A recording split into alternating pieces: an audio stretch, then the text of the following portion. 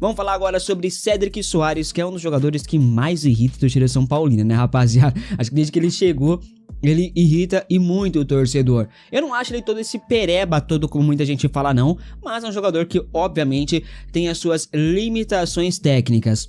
No jogo contra o Milionários, foi o ápice aí das reclamações da torcida São Paulina contra o jogador. A torcida São Paulina descarregou pra cima do português. Páginas da mídia alternativa que geralmente são mais tranquilas, assim, mais pés no chão, né? Falam mais de notícias do que opiniões. Elas acabaram não poupando críticas ao Cédric. Thiago Leifert foi outro que deu no meio do lateral direito essa semana, né? Para o comentarista, o Cédric tem que deixar o São Paulo, já deu pra ele, veja. Cédric Soares, chega, larguei, pra mim deu, não dá mais. Pior jogador em campo do São Paulo, Cédric Soares. Tudo passou. E era o Cédric que tinha que bloquear esse cruzamento, ele não bloqueou nenhum. Ele marca a 8 metros de distância, o Alan Franco perdeu a paciência com ele. Pra mim, Cédric Soares, ó, tchau. Não sabe nem bater, obrigado, Wilber. Ele errou cobrança de lateral, cara. 2 vezes ele errou cobrança de lateral. Cobrava, passava por cima do jogador do São Paulo. Cédric não pode mais jogar, já deu. O Roger deixou ele até o final do jogo pra ver se ele melhorava.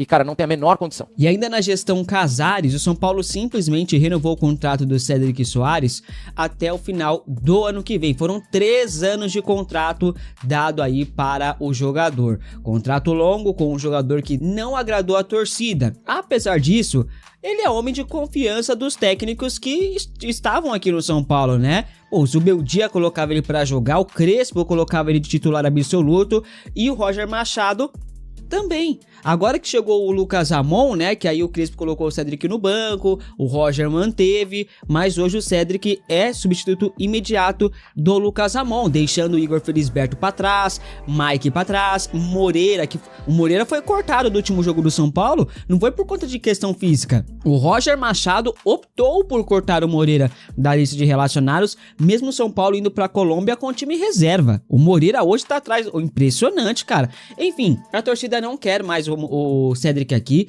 mas o Roger vai manter o Cédric como substituto imediato do Lucas Ramon. Você é a favor da permanência do Cédric? Lembrando que aqui é apenas um recorte da torcida São Paulina, né, rapaziada? Temos aí pouco mais de 40 mil inscritos aqui neste canal, né? Então é um recorte da torcida. E este recorte é a favor da permanência do Cédric ou tem que mandar ele embora? Comente aqui abaixo que eu quero saber a sua opinião. E o São Paulo tem interesse na contratação de Everton Cebolinha, sim.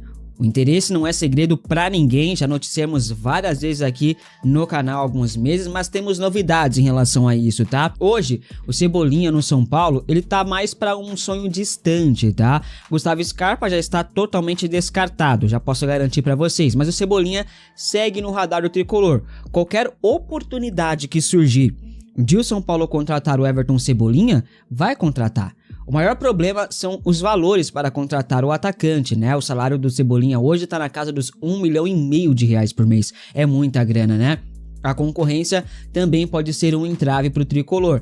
O Flamengo fará jogo duro para liberar o Everton Cebolinha. O clube carioca quer uma boa compensação financeira para negociar o atacante que está em fim de contrato com o rubro-negro carioca. O Flamengo vai pedir pelo menos ali uns R$30 milhões para liberar o jogador, né? O jogador em fim de contrato, R$30 milhões é muita grana. Caso não chegue uma proposta que agrade ao Fla, eles vão manter o Cebolinha até o final do contrato, que se encerra em dezembro. A ideia dos cariocas é não reforçar um rival direto no futebol brasileiro, tá? Atlético Mineiro, tem ali o Corinthians também, tá de olho no Cebolinha, além do São Paulo, né? O São Paulo tem a ideia de tentar um pré-contrato, vamos ver se vai dar certo, né? Estima-se que pode chegar uma proposta aí pelo Cebolinha na casa dos 4 milhões de euros, mais ou menos, né? Vindo do exterior. Cebolinha deseja fazer o seu último contrato, né? O seu último grande contrato da carreira.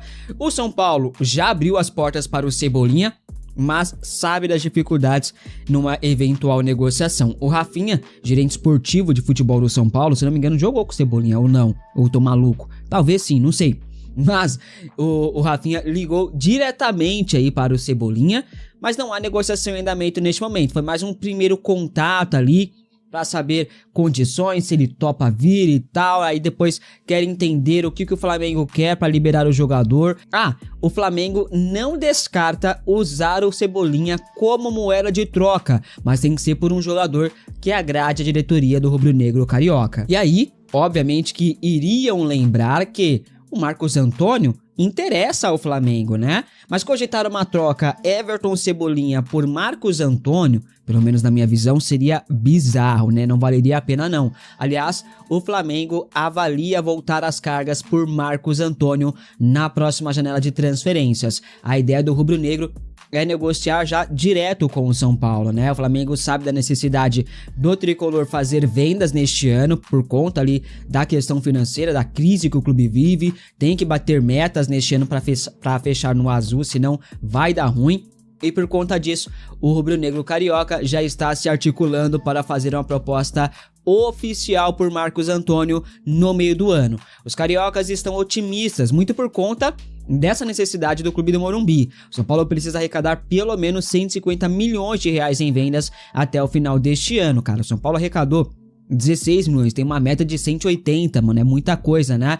Para isso, o São Paulo vai ter que torcer para jogadores que estão lá na Europa, né, como o William Gomes, o Lucas Ferreira, Gabriel Sara, Casemiro e esses jogadores ali que o São Paulo tem direitos econômicos, que tem porcentagem do mecanismo solidário da FIFA. O São Paulo tem que torcer para eles serem bem vendidos, para o tricolor conseguir embolsar uma boa grana e não precisar se livrar de seus principais ativos. Ou isso acontece, ou o São Paulo será obrigado a vender os titulares, alguns titulares, e joias da base de Cotia. Nomes como Bobadilha, Ferreirinha, Tapia, Luca surgem como alternativas, como possibilidades de venda, né, rapaziada? Mas o Marcos Antônio também aparece muito devido ao interesse do Flamengo. Mas não se enganem, tá? Tem clubes do exterior de olho em Marcos Antônio também. A próxima janela de transferências deve ser bem movimentada em relação ao Marcos Antônio, tá, rapaziada? No começo do ano, o Flamengo ofereceu um salário de quase 2 milhões de reais por mês para Marcos Antônio, o que fez com que o São Paulo acelerasse e acertasse a renovação de contrato do meio-campista até 2030. O São Paulo só aceita negociar o Marcos Antônio por valores acima dos 25 milhões de euros, mais ou menos 155 milhões de reais na cotação atual. Será que vale a pena negociar o Marcos Antônio por um bom valor, mais o Everton Cebolinha como moeda de troca? Será que seria interessante essa negociação, já que o São Paulo também quer o Everton Cebolinha? Comente aqui abaixo a sua opinião. Se o São Paulo vender o Marcos Antônio por 25 milhões de euros ou mais, será a maior venda da história do clube, né? Até então, a maior venda segue sendo do Lucas Moura para o Paris Saint-Germain em 2012. Foram 40 milhões de euros que foi acertada a venda, né? Na cotação da época, isso dava 108 milhões de reais, né? Então, como o euro subiu bastante, a venda do Marcos Antônio, por menor que seja em termos de euros, é maior no termos de reais, né? Aí a gente fala em euros porque todas as negociações dos clubes, aqui é uma informação extra aqui pra vocês, todas as negociações entre clubes é feita em euro, tá, rapaziada? Então, por isso que a gente fala muito em euro. Você venderia ou é a favor da venda de Marcos Antônio para o Flamengo? Comente aqui abaixo sua opinião. Até o momento não chegou proposta, mas as ofertas devem chegar no meio do ano. O Clube Carioca vai vir forte pelo meio-campista na próxima janela de transferências. Vamos aguardar e ver qual será a decisão do São Paulo. Vale a pena vender só o Marcos Antônio e manter a base do restante do time? Ou é melhor vender Bobadilha, Tapia, Ferreirinha, vende o Luca para segurar o Marcos Antônio e ainda trazer um jogador ali, alguns reforços pontuais? Vamos ver o que essa diretoria vai aprontar, né? Estamos nas mãos do Rui Costa. O que o gênio Rui Costa vai tramar aí? Qual que será a estratégia do genial Rui Costa?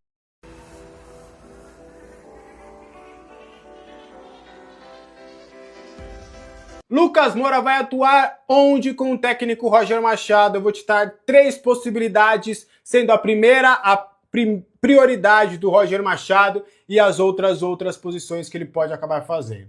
A ideia é em um sistema de jogo ideal, o Roger vai testar essa viabilidade nesse novo sistema, com o Lucas Moura sendo meia pela esquerda. Qual que seria o encaixe para o Lucas Moura poder jogar? A ideia é que o Lucas Moura fosse igual um Cauli. Vocês vão reparar que nos últimos 2 jogos, no Campeonato Brasileiro e na Copa do Brasil, sem contar esse contra o Milionários, porque era um esquema completamente diferente, o Roger colocou o Cauli para jogar como meia pela esquerda, mas sempre o Cauli estava indo para o meio para ajudar o Luciano ou deixar o Luciano com liberdade para poder ir para o ataque. Isso abria espaço no corredor para o Wendel acabar sendo esse cara que, entre aspas, se tornasse o ponta, porque ele era um lateral ofensivo. Então a ideia seria mais ou menos fazer isso com o Lucas Moura. O Lucas Moura entraria na vaga do Cauli, do Ferreirinha, sendo esse cara aberto pela esquerda. O Lucas não seria necessariamente um ponta, até porque ele nem tem mais saúde e vigor físico para fazer isso. Acho que até na carreira, acho que o Lucas não chegou a ser um ponta esquerda, né? Acho que o melhor Lucas sempre foi ele tendo liberdade ou atuando mais pelo meio. Não numa função de 10, mas só para vocês entenderem. Então essa seria a ideia prioritária do Roger Machado. Obviamente que ele também vê o Lucas podendo fazer o lado direito com o Arthur e podendo também brigar por espaço com o Luciano para ser ali um segundo atacante atrás do centroavante.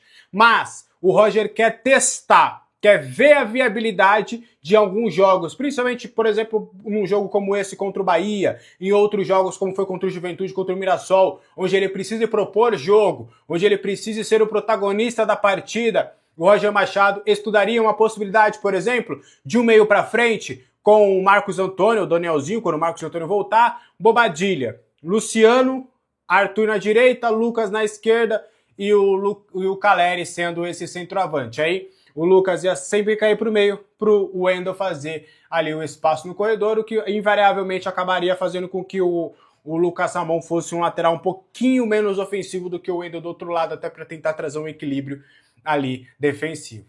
Você gosta do Lucas atuando nessa função? Você acha que pode ser uma boa possibilidade até para jogos fora de casa? Do que eu soube, também é estudado voltar com o sistema com 3 zagueiros.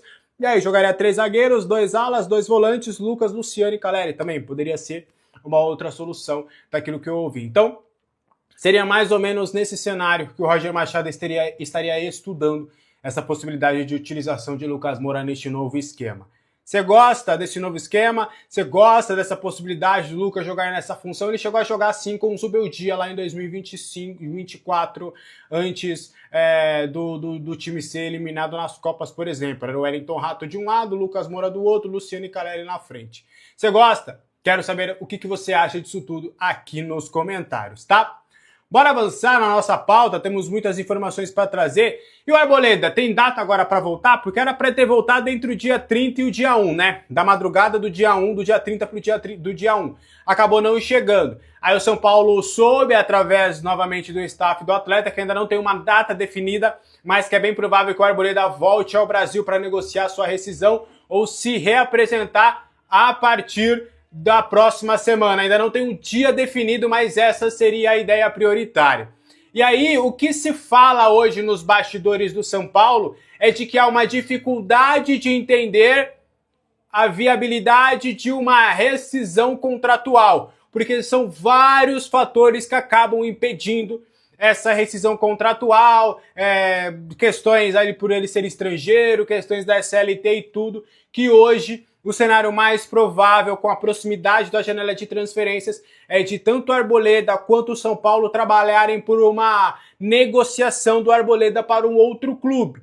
Aí o São Paulo ganharia uma compensação financeira, o São Paulo poderia usar o Arboleda como uma moeda de troca para conversar com outros clubes. A gente já tem ali previamente alguns clubes que podem acabar se tornando essas possibilidades com o Arboleda. A gente está apurando mais detalhes. Tem um clube que está bem forte nessa situação, mas a gente vai segurar um pouquinho. Vamos guardar a pauta para depois, para a gente trazer uma atualização referente a isso, até porque a gente precisa conversar com mais pessoas para entender. Mas soube já de alguns clubes do futebol brasileiro que estão interessados na situação do Arboleda, e o São Paulo hoje trabalha com a probabilidade maior de fazer algum tipo de negócio com o Arboleda, porque aí você negocia o Arboleda, o São Paulo ganha uma grana, o Arboleda pode acabar indo para um outro clube também com as pendências que o São Paulo tem com ele, esse outro clube podendo assumir. Então hoje o que se conversa nos bastidores do Morumbi e da Barra Funda seria essa possibilidade do Arboleda acabar indo para um outro clube. O que você acha dessa história? Você acha que é uma boa? Quero muito saber a sua opinião aqui nos comentários, tá? O São Paulo tem conversas com Rafael Soares, atual diretor de marketing no Bahia, para assumir o cargo de Eduardo Toni. As conversas tiveram um lado positivo inicialmente, tudo começou nesta sexta-feira, e aí na próxima semana existe uma reunião marcada com o Rafael para que seja apresentadas ali as possibilidades, as conversas, e aí ele pode se tornar o substituto de Eduardo Toni, que saiu depois de toda aquela polêmica do comissionamento ali no contrato ali da Unimed, do contrato de patrocínio e tudo mais. O Rafael Soares, ele já está há um bom tempo no Bahia, né? Ele faz o trabalho com a SAF do Grupo City, ele é muito bem avaliado internamente, existe essa reunião, e aí, quem sabe, ele possa ser esse substituto. Então, a RIMACIS vai pelo primeiro lado que a gente já tinha falado. Quando sai a notícia do Eduardo Toni, que a gente contou aqui no canal, a gente contou que existia 3 possibilidades. A primeira é de buscar um profissional no mercado. Essa seria a prioridade. A segunda é de promover alguém já do departamento. Essa era mais difícil. E a outra era colocar alguém estatutário, que também era muito difícil e poderia acontecer represálias por parte dos opositores ao Macis. Então ele vai para a primeira opção, que seria o Rafael Soares, que atualmente é diretor de marketing no Bahia, tá? Não, a gente ainda está conversando com algumas pessoas, essa negociação avançando, a gente tem alguns contatos lá com o pessoal do Bahia, pessoal setorista também que cobre o Bahia, a gente vai conversar para entender mais como é que eles veem toda essa situação, mas a priori é um profissional que internamente dentro do São Paulo é muito bem avaliado, eles acham que se fechar seria uma baita de uma contratação. O que você acha do nome? Quero saber a sua opinião nos comentários. Rafael Soares, que atualmente está lá no Bahia, tá? Pra gente fechar então o vídeo de hoje, bora te contar a fofoquinha. São Paulo está de olho no mercado em busca de um zagueiro para jogar pelo lado esquerdo da defesa. Esse seria o primeiro, talvez, reforço que o São Paulo estaria já começando a pleitear no mercado. Existe uma ideia de você reforçar esse setor com a possibilidade de saída do Arboleda. O São Paulo contava com a possibilidade de ter 5 zagueiros no elenco, mais um da base, revezando ali entre Osório e Isaac. Com a saída do Arboleda, existe ali o consenso de que o time precisa de pelo menos mais um jogador para esse setor. Então o São Paulo está analisando algumas possibilidades no mercado, está vendo ali essas possibilidades, já tem nome que tem sido oferecido, o São Paulo está estudando, está vendo caixa, está vendo todas as possibilidades para se contratar esse zagueiro no mercado. Pelo que eu ouvi, a prioridade seria ver a possibilidade de você trazer zagueiros canhotos, tá? Essa seria a priori, mas se não conseguir, o São Paulo também não descarta que seja um zagueiro destro que possa atuar mais pelo lado esquerdo, tá? Então esse é um dos nomes que o São Paulo, ou melhor, essa é uma das posições que o São Paulo vai buscar no mercado. Você acha que é uma boa? Eu não contrataria um zagueiro no mercado. Eu não faria essa situação. Acho que o São Paulo está bem servido de zagueiros. Acho que o Isaac e o Osório poderiam subir e ter mais sequência. Enfim, mas essa é só a minha opinião. Quero saber a sua aqui nos comentários. Né, rapaziada? Bom, enquanto isso, o São Paulo divulgou ontem em seu site oficial o balanço financeiro de 2025. O documento aponta uma redução de 110 milhões de reais em dívidas totais do clube. O tricolor fechou o ano passado com 858 milhões de reais em dívidas, além de ter um superávit de 56 milhões de reais no período, como a gente já noticiou em outras oportunidades. Em 2024, o São Paulo havia fechado o ano com um déficit de 287 milhões de reais e esse balanço em 2024, com um déficit de quase 300 milhões de reais, foi aprovado. O Conselho aprovou o balanço de 2024. Impressionante, né?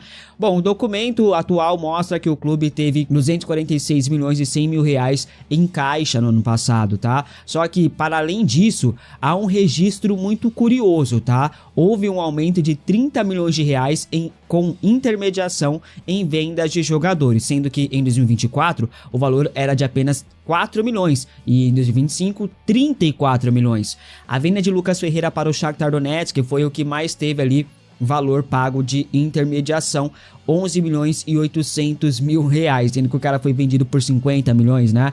O clube do Morumbi afirma que os gastos com intermediação são, abre aspas, diretamente proporcionais ao aumento das receitas com negociações de atletas, fecha aspas, tá? Em 2025 foram 283 milhões de reais arrecadados em vendas de jogadores, valor recorde da história do clube, valor bem maior do que os 93 milhões de reais arrecadados no ano anterior. O balanço financeiro ainda mostra que o São Paulo teve uma receita de 1 bilhão e 100 milhões de reais em 2025, também valor recorde. Além disso, foram aí 729 milhões de reais de custos gerais com o futebol, sendo 405 milhões de reais de salários e direitos de imagem. São Paulo reduziu o investimento no departamento de futebol, foram 55 milhões e 900 mil reais, sendo que em 2024, na verdade, em 2024 foram 110 milhões de reais de gastos com o departamento de futebol, né? Tem boas notícias, tem más notícias, tem notícias curiosas, tem um monte de coisa nesse balanço aí, é um balanço enorme, muito mal explicado, inclusive, tá, rapaziada? É um balanço muito ruim de ler, tá? É só pra quem tem muita paciência mesmo pra ler, por isso que eu peguei a matéria do GE, que é muito mais fácil, né? Eduardo Toni não é mais diretor de marketing do São Paulo. Mas antes de falar disso, né? Vamos falar sobre as caixas de idolatria na lata do lixo. Foi formada no final de mês de março uma comissão especial no São Paulo e essa comissão ela debaterá possíveis mudanças no estatuto do clube.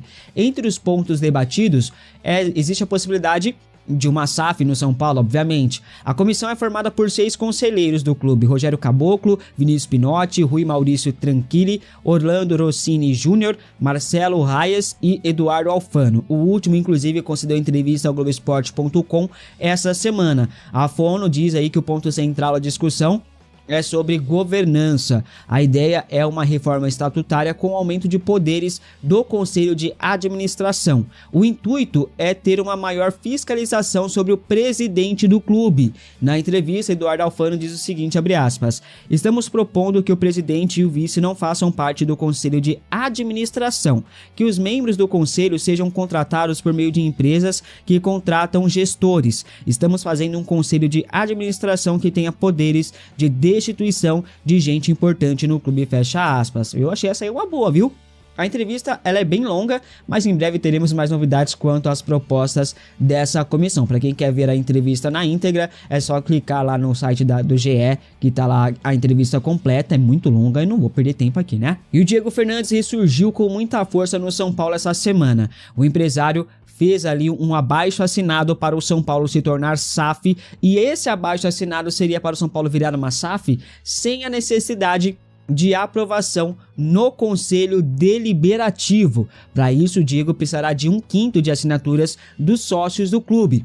Os sócios precisam ter pelo menos uns 2 anos ali no quadro associativo e em dia com as mensalidades. Diego Fernandes fez um vídeo falando sobre isso, veja só o que ele falou. Mas eu entendi uma coisa nesse processo: se a mudança não vier de dentro, ela precisa vir de quem realmente sustenta o clube, o torcedor. Por isso hoje eu quero dar um passo a mais. Gostaria de chamar o Miller para estar representando junto comigo o torcedor. Miller, a gente vai abrir um abaixo-assinado para a convocação de uma Assembleia Geral Extraordinária dos sócios do clube. Precisamos da assinatura de 1/5 dos sócios do clube para discutir o futuro do São Paulo. Discutir estrutura, discutir governança, discutir o modelo do futebol e sim, discutir o caminho para a profissionalização, a SAF e a minha proposta. Isso não é contra ninguém, isso é a favor do São Paulo. Se as portas institucionais não se abrem, a gente precisa abrir a porta mais forte que existe. É a dos sócios, é a dos torcedores. Se você é um sócio, participe. Se você não é, acompanhe. Leia a proposta e entenda o que está sendo discutido. Porque o futuro do São Paulo não pode mais ser decidido por poucos. Atualmente, São Paulo possui 8 mil sócios, tá? Não é sócios torcedores, sócios do clube.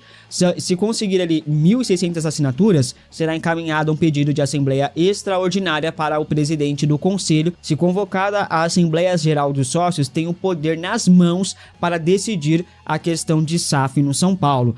Precisaria apenas de uma maioria simples para ser aprovado, tá? SAF no São Paulo deixou de ser uma hipótese, né? E agora é uma realidade, né, rapaziada? Será que o Diego Fernandes vai conseguir aprovar a SAF no São Paulo sem o Conselho Deliberativo, que com toda certeza iria barrar ali a questão?